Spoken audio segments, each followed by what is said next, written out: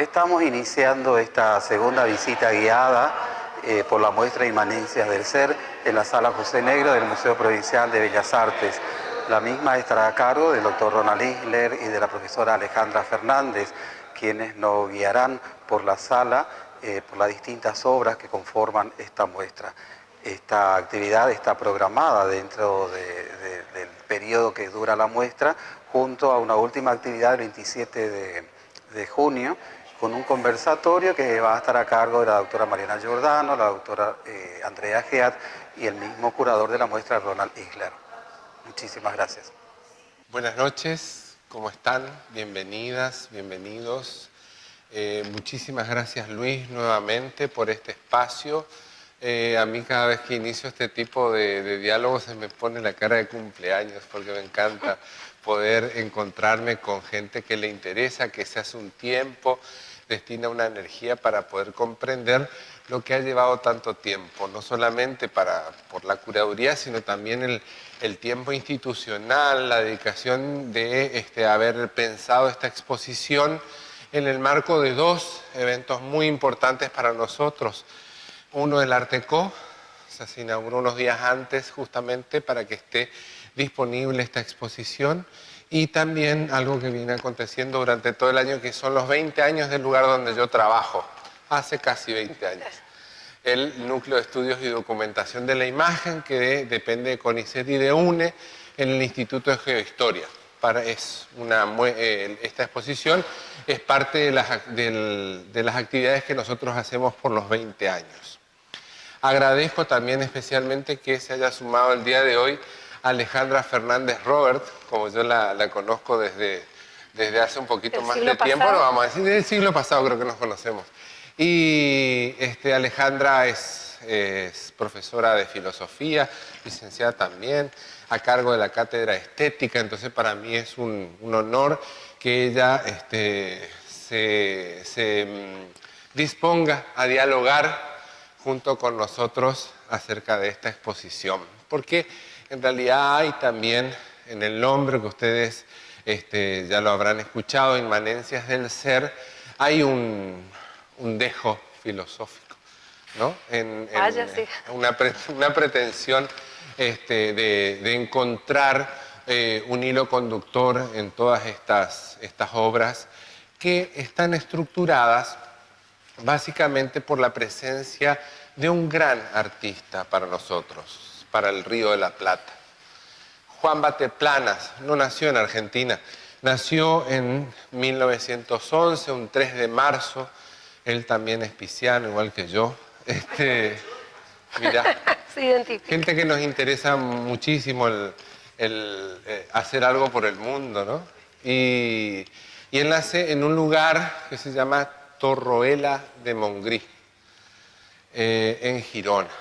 Y entonces, a los 2 años con la familia se instala en Buenos Aires. No le dieron mucha opción, ¿no es cierto? Vino con sus padres y prontamente su padre se va a regresar a España y va a quedar al cuidado de su madre junto con su hermano. Juan Bateplanas va a crecer muy cerquita de un gran artista argentino también, que es José Planas Casas, el hermano de su madre, y va a ser su mentor, su primer mentor. Tanto que a los 15 años él va a tomar un curso para formarse en el grabado en zinc. Justamente nosotros aquí a mi espalda tenemos 2 estampas grabadas en zinc, ¿sí? Estas estampas fueron fueron impresas fueron realizadas a pedido de la Municipalidad de la Ciudad de Buenos Aires y tienen como tema distintos tipos de situaciones en el barrio de San Telmo. No sé si todos saben, ¿de dónde nos visitan? ¿De dónde son? ¿De Corrientes? ¿De diferentes barrios? ¿Todos del centro? Bueno, vos sos de Santa Ana, Lucy, tenés que decir. No, pero vengo con la gente del Conte, por eso. Ah, sí, capitalina, bueno. Hoy hay nada más que una niña. La vez pasada tuvimos a varios. varios niños, tuvimos la suerte. Estás invitada a que interrumpas cuando vos quieras. No te preocupes. Entonces, contarle a los que no son de las artes plásticas, ¿hay gente que no es de las artes plásticas o todos sabemos lo que es el grabado? Ah, muy bien. Entonces Bien. está bien. Ah. Bien, bien, bien. Entonces explicamos muy rápidamente el grabado. No es una técnica que se utilice de manera directa. Siempre va a ser una estampa tomada de un trabajo que se hace sobre una placa, ya sea, por ejemplo, en este caso de zinc, una chapa de zinc, puede ser sobre madera, puede ser inclusive sobre ciertas piedras especiales que se dibujan con unas piezas jabonosas. Entonces, lo que se va a hacer es dibujar algo, estampar algo que se va a salir el negativo de eso. O sea, el artista cuando cuando ideó estas imágenes, las ideó al revés. Esa es la genialidad, ¿cierto? Esta serie de estampas fueron impresas 3 años antes de su muerte, porque Juan Batelplanas va a morir en 1966, un 8 de octubre. ¿Y por qué estamos explicando sobre Juan Batelplanas? Porque hace 2 años con Luis empezamos a decir, bueno, ¿y por qué no hacemos una muestra? Vos que tenés obras de Juan, nosotros tenemos acá en el museo, y yo empezaba a tener conocimiento de la cantidad de artistas que habían mirado con mucha admiración, habían trabajado de cierta manera bajo esa frondosa sombra que generó. Entonces Juan Batelplanas va a ser reconocido no solamente por su obra magnífica, sino también por su actividad docente, por la creación de un taller y un instituto de investigación de la forma, y a su vez por el imaginario que va a dejar, ¿sí?, como una obra propia del Río de la Plata, porque él va a actuar en un contexto en el cual no solamente era importante Buenos Aires, por eso menciono el Río de la Plata, sino que era importante la escena del Río de la Plata, Buenos Aires y Montevideo, con sus satélites en Rosario, en Córdoba, y con actividad que empezaba a estar mucho más activa en el resto del país, para no decir interior, porque si no se va a enojar un amigo si escucha, que no le gusta que hable del interior y de capital. Entonces, empezamos a ver justamente que había una influencia muy grande y que podíamos llegar a estructurar una exposición ambiciosa como es esta, ¿no? Porque realmente es una exposición muy ambiciosa por la cantidad de obras y por la diversidad de representaciones visuales que nosotros vamos a tener. Y además podemos decir que, dado que es una obra de el último periodo de Batelplanas, esta obra es como una obra de síntesis de toda su obra, porque incluso hay otra obra aquí, podemos ver, donde hay otro tipo de descomposición y composición, y esta vendría a ser de recomposición. Y fíjense, para comenzar, porque después podemos ir haciendo otras relaciones, cómo la obra es como muy estructurada, ¿no? Como muy razonada, pero en el fondo de esto hay una expresión vital que a través de todo lo que está aquí expuesto, de todas estas constelaciones, como bien dijo acá el amigo, esto es una constelación, ¿no? Una constelación es un conjunto literalmente de estrellas, entonces como de estos brillitos que se organizan en torno a un centro o de un movimiento, sería mejor, y esto sería como de esto que se puede desplegar, ¿no? Todo lo que está aquí formaría parte de ello, y a la vez la misma obra esta sería como decir, la condensación de esa propia constelación del artista, ¿no? Un grabado va a estar generalmente compuesto por varias estampas, desde la prueba de autor, la primera, la que mayor valor generalmente va a tener, hasta 1, 2. En este caso es una tirada que fue hecha por el municipio de la ciudad de Buenos Aires y que contó con 1050 estampas. 50 estampas fueron una edición especial, no es esta, una edición especial, autografiada y numerada, y 1000 carpetas más, de las cuales nosotros tenemos la número 394. Sí. 394, que está numerada con unos estudios preliminares, unas palabras que explican cuál es el sentido de esta, y está completa aparte de las 12 estampas. Es como decía Alejandra, realmente gozamos de una síntesis magnífica. Sí. La utilización de los planos, la utilización de las líneas, la utilización del punto. Luces y sombras. Sí, esa genialidad para generar con una mancha negra, por ejemplo, la gran cantidad de detalles que tiene, por ejemplo, este Sí. sector, o cómo generar un paisaje a través de esas líneas tan sueltas, ¿sí? Con, por supuesto, la preciosidad del material de base, que es el zinc, que es perfecto, ¿no? No nos permite eso muchas veces, o sea, muy pocas veces nos va a permitir la madera.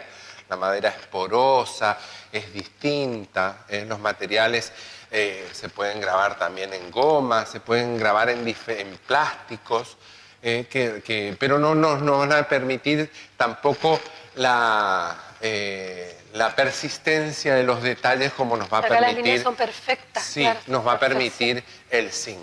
Si ustedes se arriman van a ver como que es dibujo, ¿no? Parece un dibujo y es. En la general, impresión. el artista ya sabe qué cantidad de números de estampas va a sacar.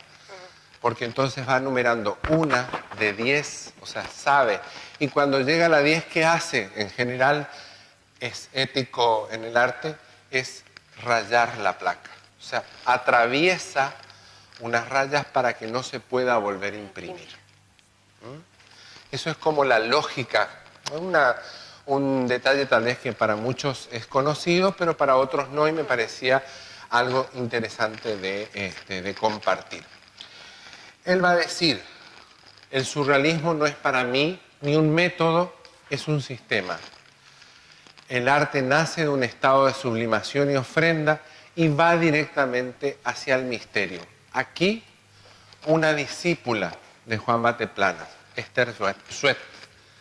Ella, de ella vamos a recibir una gran donación de parte de sus hijos cuando fallece aquí en el museo.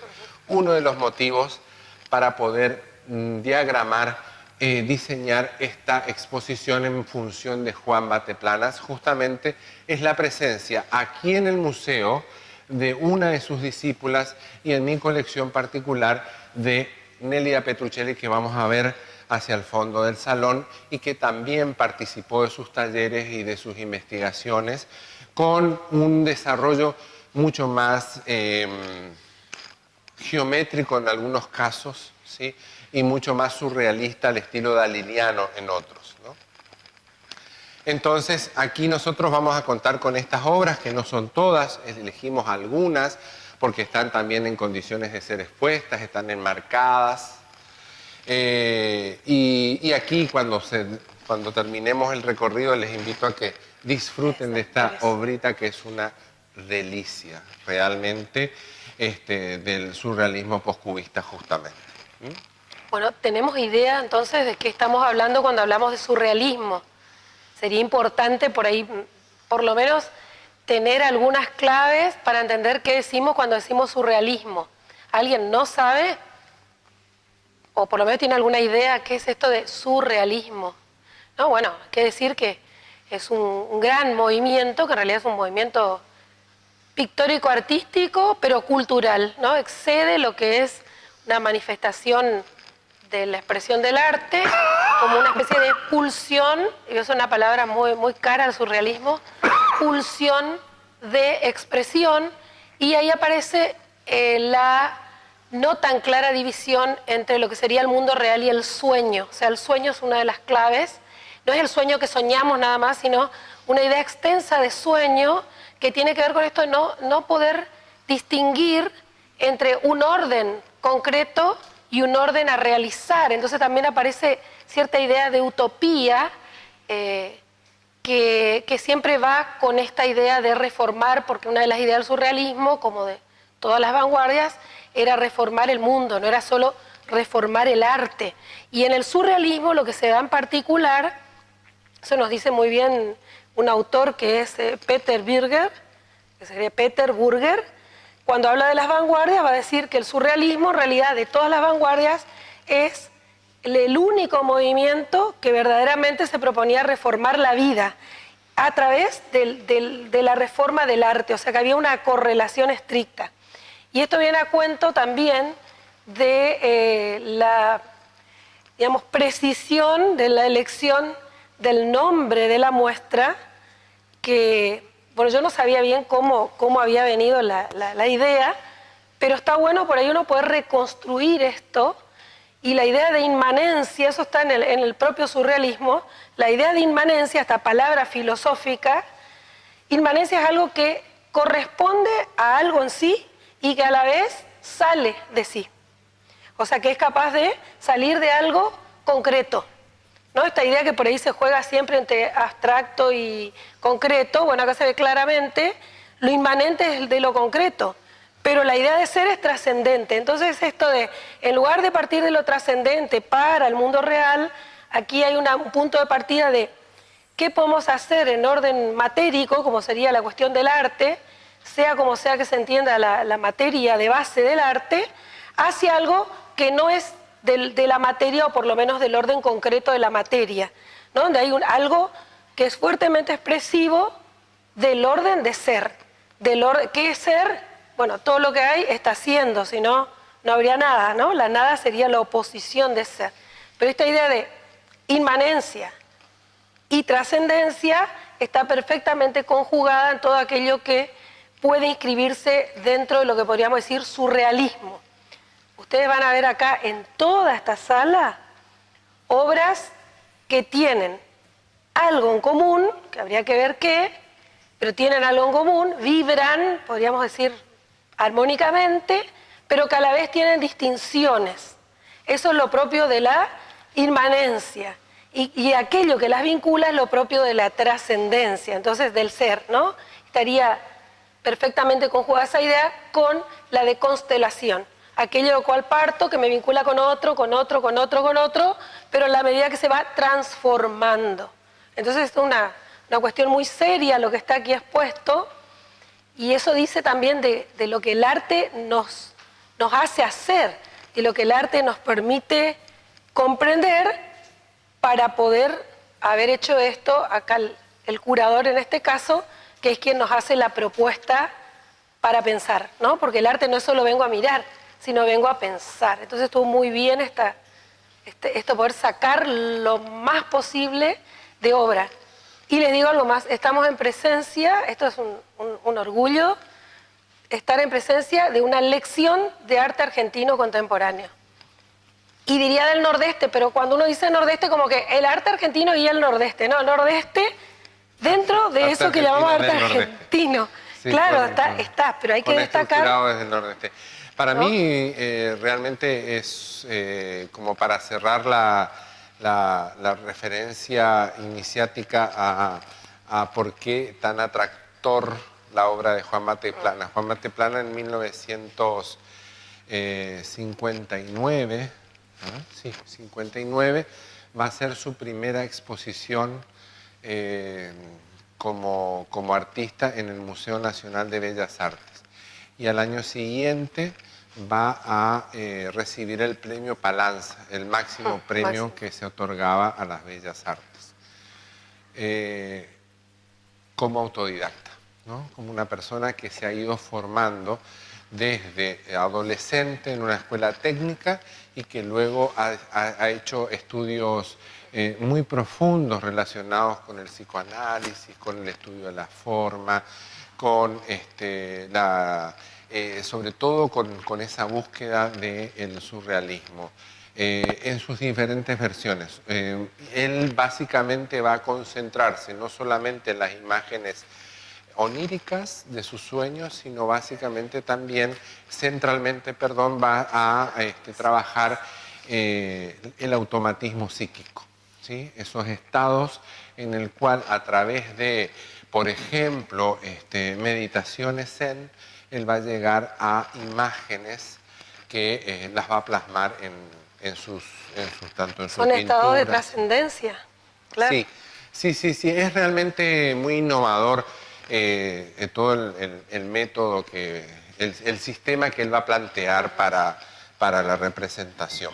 Así que, bueno, ahí tratamos de compartirles justamente dos de los significantes muy fuertes para poder armar no solamente la obra de Juan, sino disponer también de la obra de Esther Schwetz y de Nélida Petruccelli, así como la manifiesta vinculación o admiración hacia la obra de Mabel Vilches, por ejemplo, ahí atrás tuyo, Alejandra, y ahí empezar a trabajar, a ver cuáles iban a ser los caminos que nosotros íbamos a transitar con esta exposición. Alejandra fue muy generosa, la verdad, interpretando. Eso me pasa un poco como le pasa a algunos artistas, que ya había sido que mi obra era todo eso. Bueno, uno va generando una serie de entramados que a uno les parece interesante y que la verdad que cuando se significa por una profesional de la filosofía como ella y de la estética, bueno, la verdad que uno se queda hasta sorprendido de lo que hizo uno. Sirve la filosofía para algo, ¿eh? Sí, totalmente. Mi más profundo respeto con respecto a la filosofía. Algo me acerco a través de la estética, que es una de las ramas de la filosofía. Bueno, les decía entonces que esto lo organizamos en función de estos dos acontecimientos, que es el Art Deco y los 20 años del Nedim, pero queríamos justamente poner en diálogo a la colección del Museo Provincial de Bellas Artes, o mejor dicho, el patrimonio de la provincia que está a resguardo del Museo de Bellas Artes. Este es un patrimonio que nos pertenece a todos y en el buen sentido lo digo, debemos cuidarlo, debemos conocerlo, valorarlo justamente para cuidarlo, porque está bajo el concepto de patrimonio artístico siempre está en peligro y nosotros debemos trabajar para sostenerlo, cuidarlo y acrecentarlo para nuestro disfrute y para el disfrute de las generaciones venideras. Entonces, ahí poner en diálogo esta gran colección, porque estamos ante un 20%, ¿sí?, de la colección que tiene el Museo Provincial de Bellas Artes, o menos, no sé, Luis, menos, ¿no? Un 10, un 12% aproximadamente. Ponerlo en diálogo con colecciones, como por ejemplo las del Fogón de los Arrieros, y agradezco que está Marcelo Gustin aquí, que integra la fundación y la comisión directiva. Tenía conocimiento porque venimos trabajando con Mariana Giordano hace muchísimos años en la catalogación, el inventario y la catalogación, la actualización del inventario y la catalogación, quiero ser justo con los conceptos.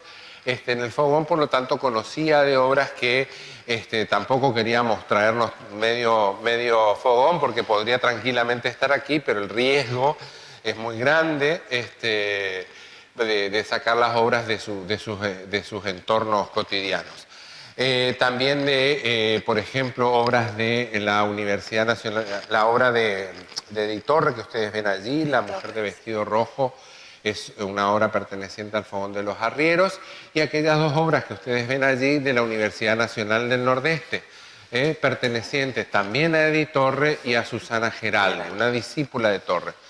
Si bien yo no he encontrado una relación directa o bibliografía que conecte a Edith Torre con Bateplanas, realmente la relación es muy estrecha. Nada más que en el caso de Edith va a ser una persona que, aparte, saben, es de público conocimiento que falleció hace 3 semanas en Mar del Plata. Sí. Edith es mucho más controlado, más exacto en su geometría.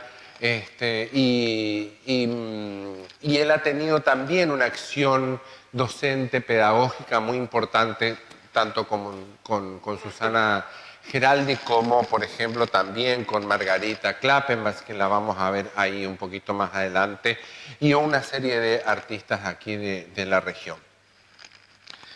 Cuando pensamos en inmanencia del ser, empezamos a hacer esa selección primera del museo. También contamos, perdón que no lo dije, con colecciones privadas, con obras, por ejemplo, de la colección de Marcelo Agustín, aquella estampa de aquel grabado de Juan Bateplanas, también obras de mi colección, obras de ¿qué colección me estoy olvidando?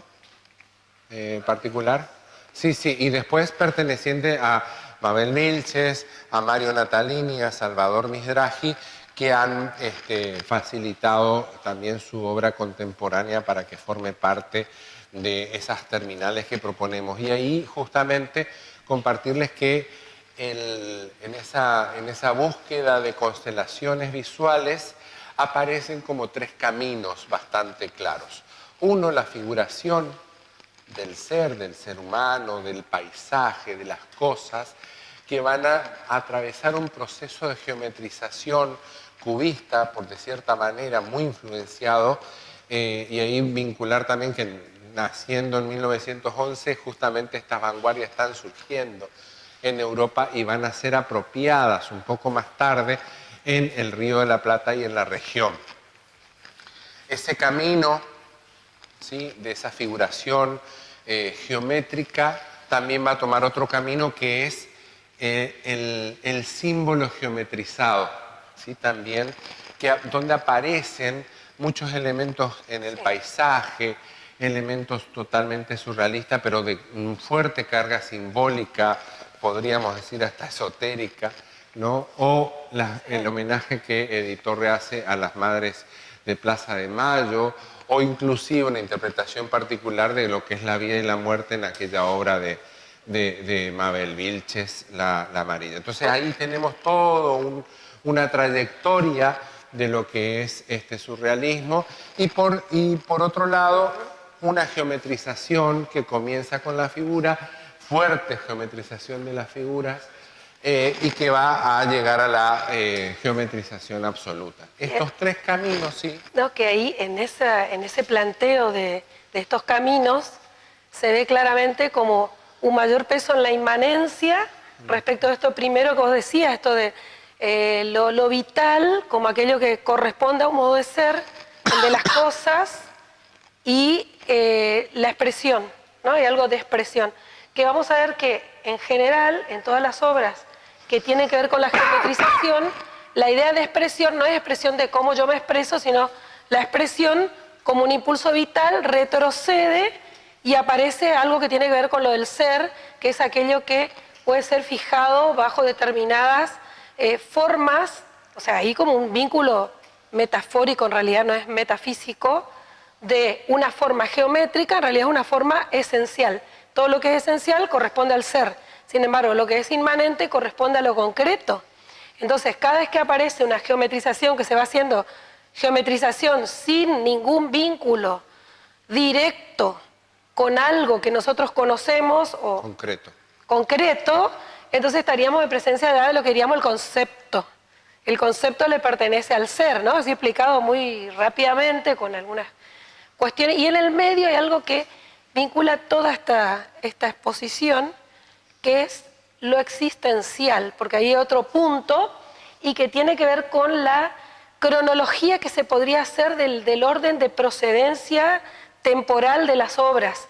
Eso también es muy importante, porque Ronald hoy cuando dice, no encontró, desde el punto de vista de la investigación, un contacto, diríamos, directo de Edith Torre con Batlle-Planas, por ejemplo, bueno, no importa, la obra en sí permite hacer la vinculación porque además pertenece a un horizonte temporal existencial que hace que las obras tengan esa armonía que por supuesto el investigador encuentra y lo presenta, pero hay una armonía que es intrínseca a la obra, no es una armonía que uno le impone y dice, bueno, esto tiene que conjugar con esto porque yo necesito que se vea así, sino que ahí vemos la plasticidad, diríamos, de la obra que se presenta, ¿no? De la obra visual.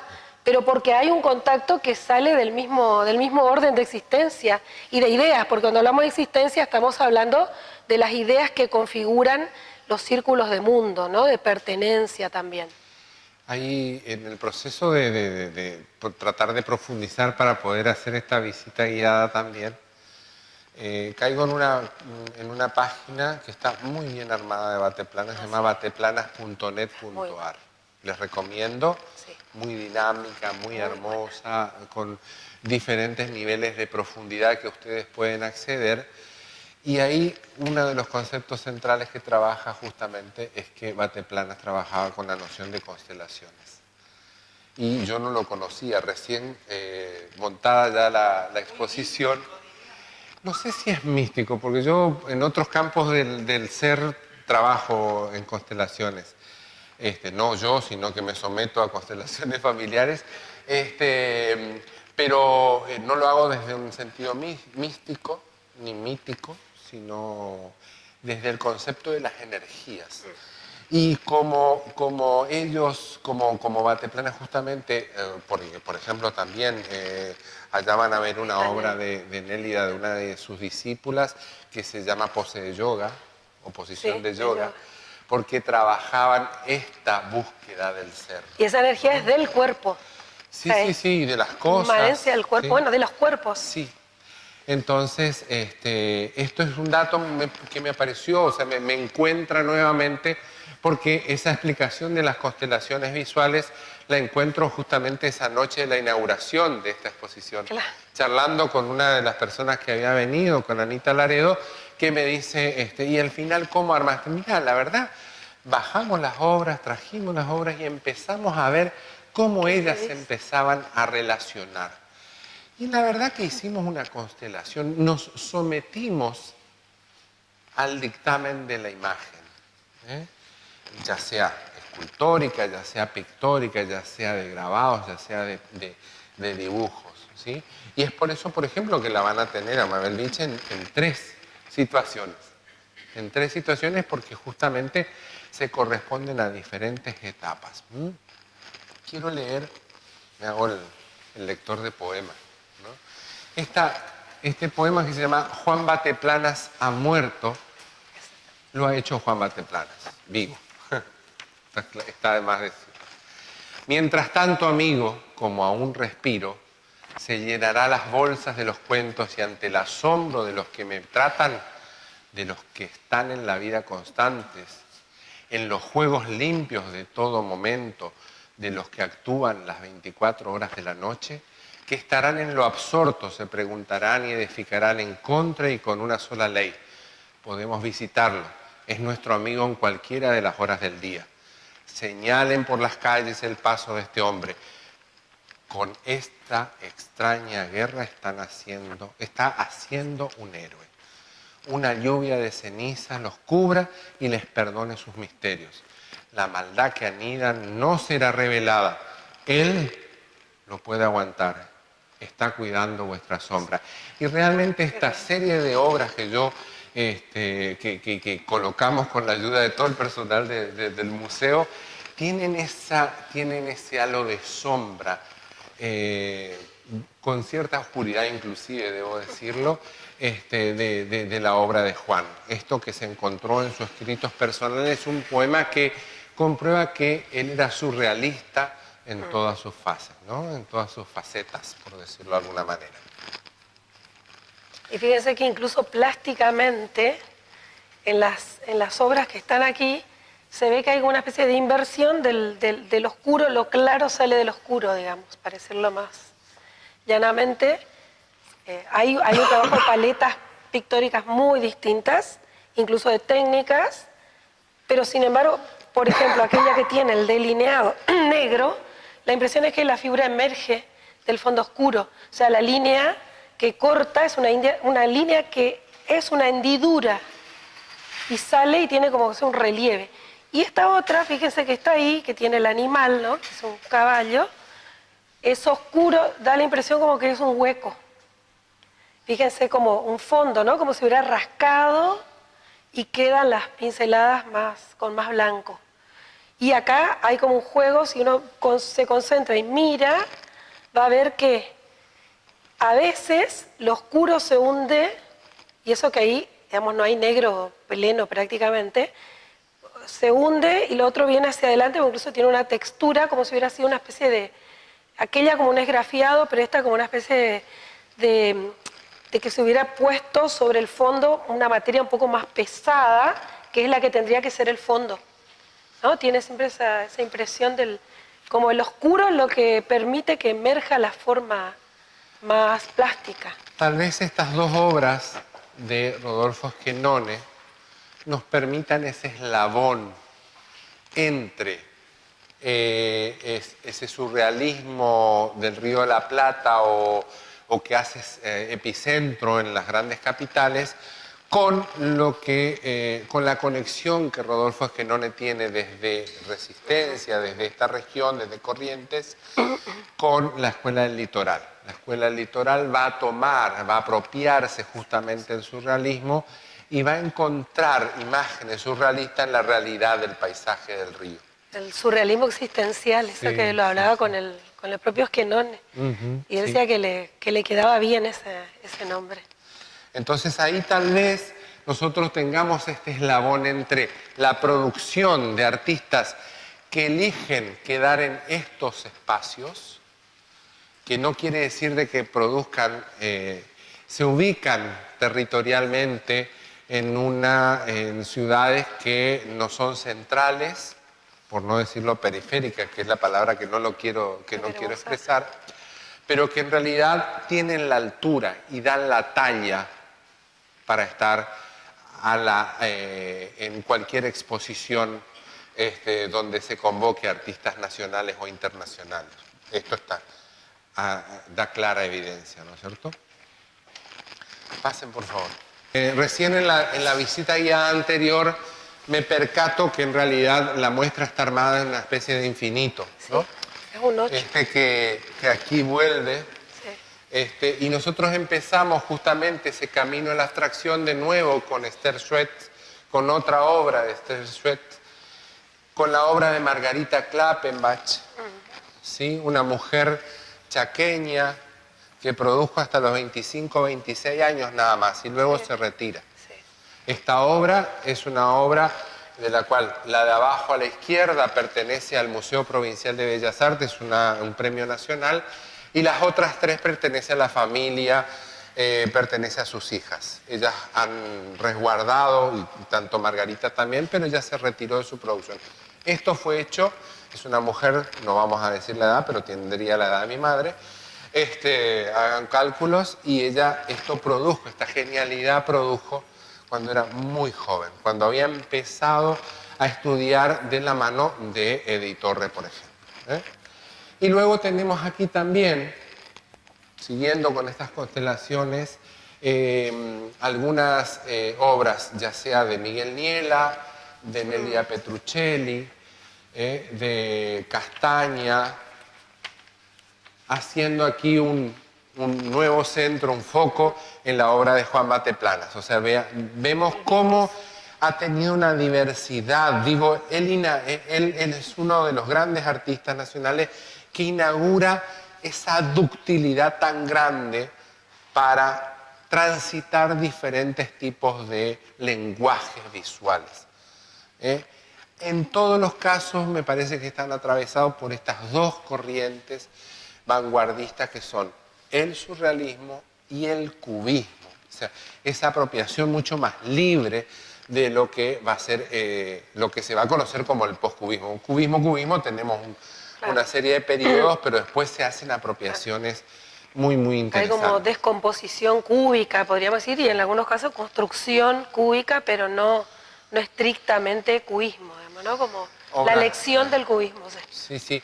Para mencionar obras de Adela Taraf, también de Mabel Vilches allí en La Pequeñita, obras de Edith Torre, de Viola Luza de Taraborelli aquí, una gran profesora del Josefina Conte. De Taraborelli. De Viola Luza. Taraborelli. Sí, sí, Que bellísimo. tuvimos el lujo de conocer y ver trabajar.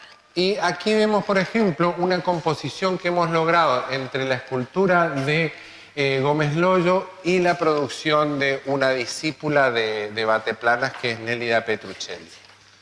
Fíjense cómo, produciendo en territorios geográficos totalmente distintas, podemos llegar a producciones que están engamadas, que están vinculadas. Y aquí una esquina reservada para lo que no pudimos traer por respeto a la obra, ¿sí? Que es el pájaro tropical. La obra, Emilio Petoruti se encuentra con Juan Bateplana siendo dos grandes artistas de la escena nacional. En esta obra que hay un gesto ahí impreso que está en otra sala, en la sala de exposición permanente, que invitamos a que la visiten. No la pudimos traer por el estado en el que está, no la podemos cambiar de ambiente, porque se puede degradar, se puede enfermar más de sus patologías. Tenemos aquí justamente reservado para una abstracción plena, ¿sí?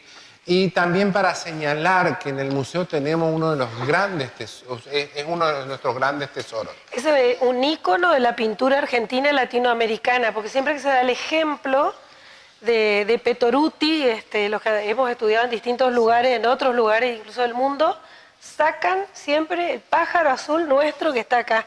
Incluso hay en el libro de Petoruti, que es un gran catálogo de Petoruti, que está en internet, lo pueden ver, lo cita, y cuando lo cita no dice dónde está, hasta que después lo pone adentro del catálogo, pero no dice dónde está, por ejemplo. Nosotros nos permitimos dudar. Aquí, en este fascículo de pintores argentinos, de grandes pintores argentinos, va a aparecer la cita del pájaro tropical de esta obra, pero la va a mencionar como que está en Nueva York, con otras dimensiones.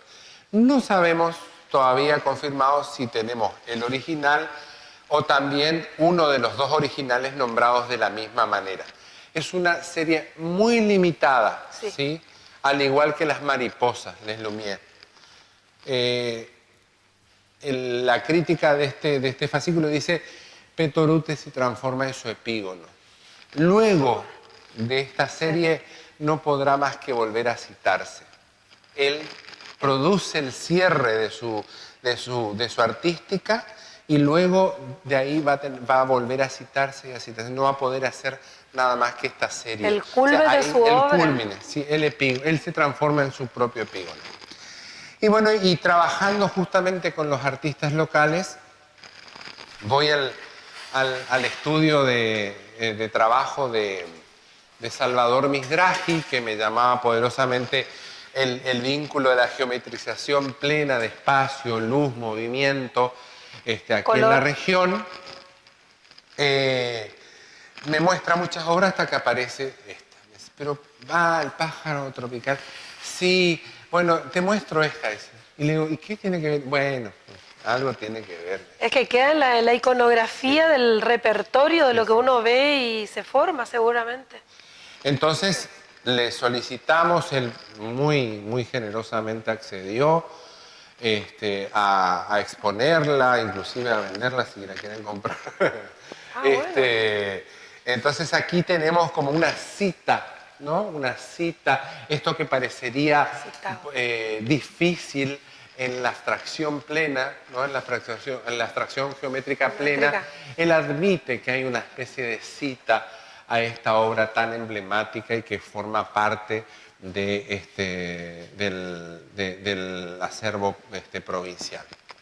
Y luego, bueno, en este 8 infinito nos trasladamos a esta abstracción del paisaje y del ser que aparece con Augusto Bay Fontana, un artista marplatense que hace una abstracción del puerto y esta escena surrealista muy potente que también lo emparenta con otros artistas a nivel nacional. Y ahí entramos en este rulo infinito de nuevo con obras del acervo del museo. pero que también ahí dialogan también esta obra del 60, creo que es, confirmamos, esta obra de aquí, si usted La lee, primera. yo no. No.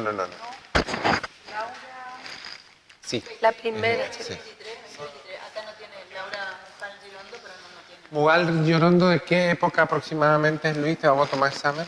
Luis Luis se todo. fue para no responder. Pero es muy antigua. Sí, puede ser que sea el Es 60 y- del 60 y pico. Y fíjense, Mario Sí. Natalini con la obra de al Natalini, lado sí. se sentía sumamente conforme con el diálogo que había establecido con Sí. esa obra que está hecha en el año pasado, si mal no recuerdo, Sí. y que también tiene una conexión muy fuerte en esos rostros, según mi manera de ver, con la obra de Rodolfo Esquenone, ¿no? Sí. La obra que está más allá. La obra de los 60. Sí, de Esquenone. sí. Esta posibilidad de seguir indagando en la abstracción del paisaje, en la nueva manera de generar sueños, porque en realidad también esto Sí. es una genialidad lo que hace Mario Perdón, con... fíjese cómo hay toda una recomposición, porque es tomar la lección de lo que sería el abstraccionismo, que acá, esto no podríamos decir que es abstracto, pero tiene, se trasluce la lección de la abstracción, se puede hacer todo este recorrido que hicimos, vemos cómo acá hay una obra que podríamos decir de síntesis en sí misma, no que sea síntesis todo lo que hay, sino una obra de síntesis donde hay lección de abstracción, pero también de recomposición.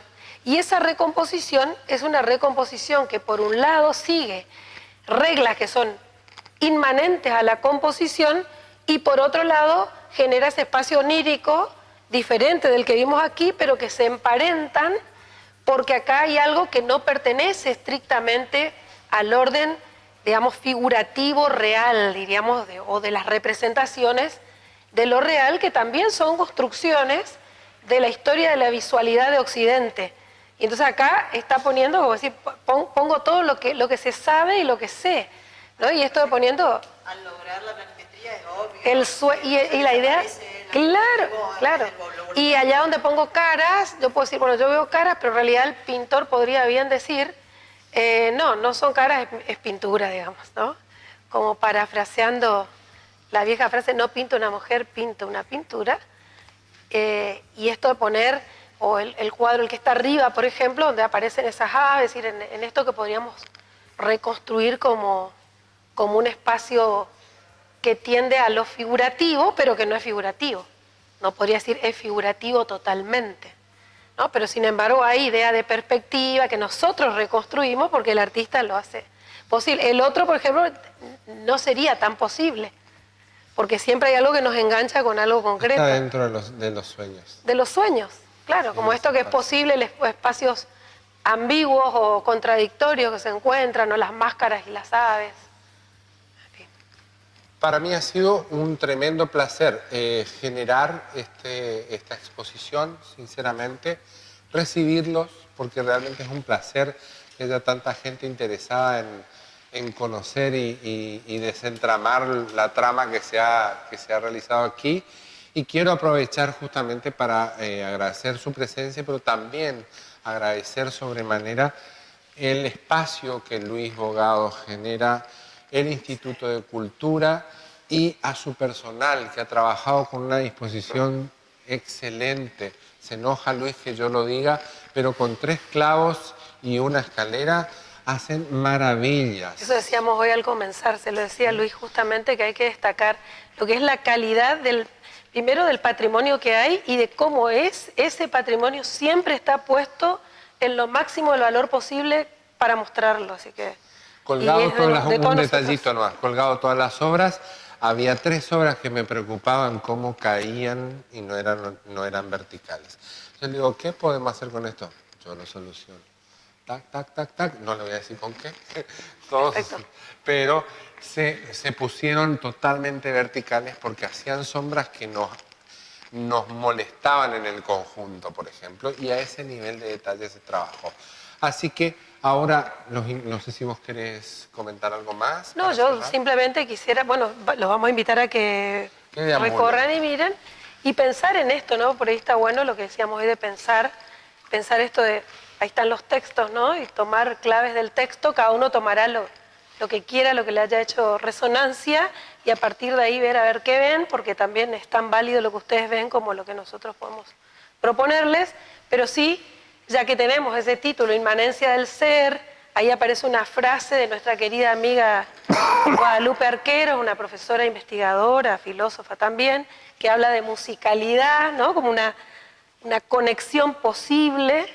Y esto le decía yo a Ronald hoy antes de comenzar, la musicalidad, la música es melodía, grado, etcétera, pero también, como nos recuerda un filósofo contemporáneo, la música es sintaxis, o sea, es medida, orden, combinaciones no arbitrarias, porque a veces se piensa que en el arte es todo arbitrario y todo así abierto, y acá vemos que hay rigurosidad también, y ahí por eso se puede mantener la musicalidad. Entonces, que son ideas para que uno pueda mirar mucho más de lo que los ojos pueden ver.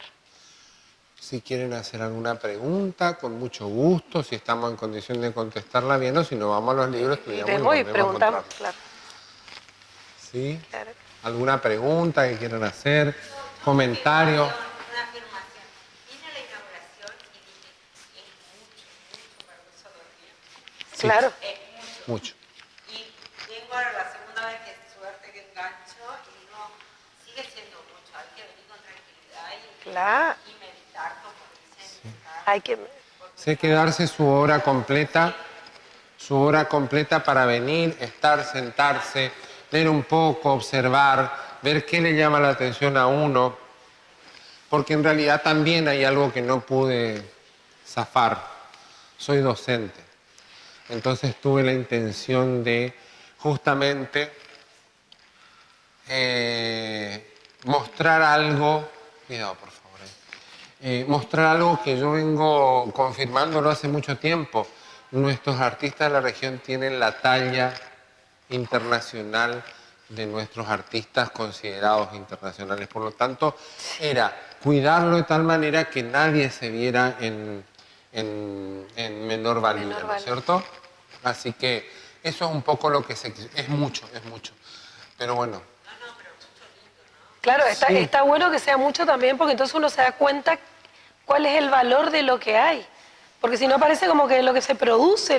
Dejamos por fuera la muchísimas tradición. obras que se habían bajado, otras que directamente no se bajaron porque era riesgoso bajarlas. O sea, acá tendría que haber habido un par de paneles en el medio que no aparecieron, entonces se tuvo que limitar muchísimo también y hacer una selección más y utilizar este recurso de ir combinando y armando grupos para que se... Ay, gracias. Bueno, gracias. Bueno, o sea que estamos con esto Nos gusta. para transmitir, Sí, no. claro, es la transmisión. Sí, Lo más me importante. invitó a tomar un café también. ¿Sabes? Repagado. No solo café, tiene que Sí, ser. sí, tostada. Repa. Bueno, Es un gusto, un placer. les invitamos a que amulen, Placer ¿no? total. Culminamos así una segunda visita guiada dentro de las programadas durante la muestra Inmanencias del Ser, que está culminando el 28 de junio. Esta estuvo a cargo del doctor Ronald Isler y de la profesora Alejandra Fernández, quienes nos han deleitado, hemos disfrutado de este recorrido, de esta visita a través de distintas explicaciones exhaustivas sobre cada artista, sobre este movimiento postcubista y surrealista. También va a haber un conversatorio el 27 de junio, que está también programada dentro de esta muestra. Así que muchísimas gracias por acompañarnos.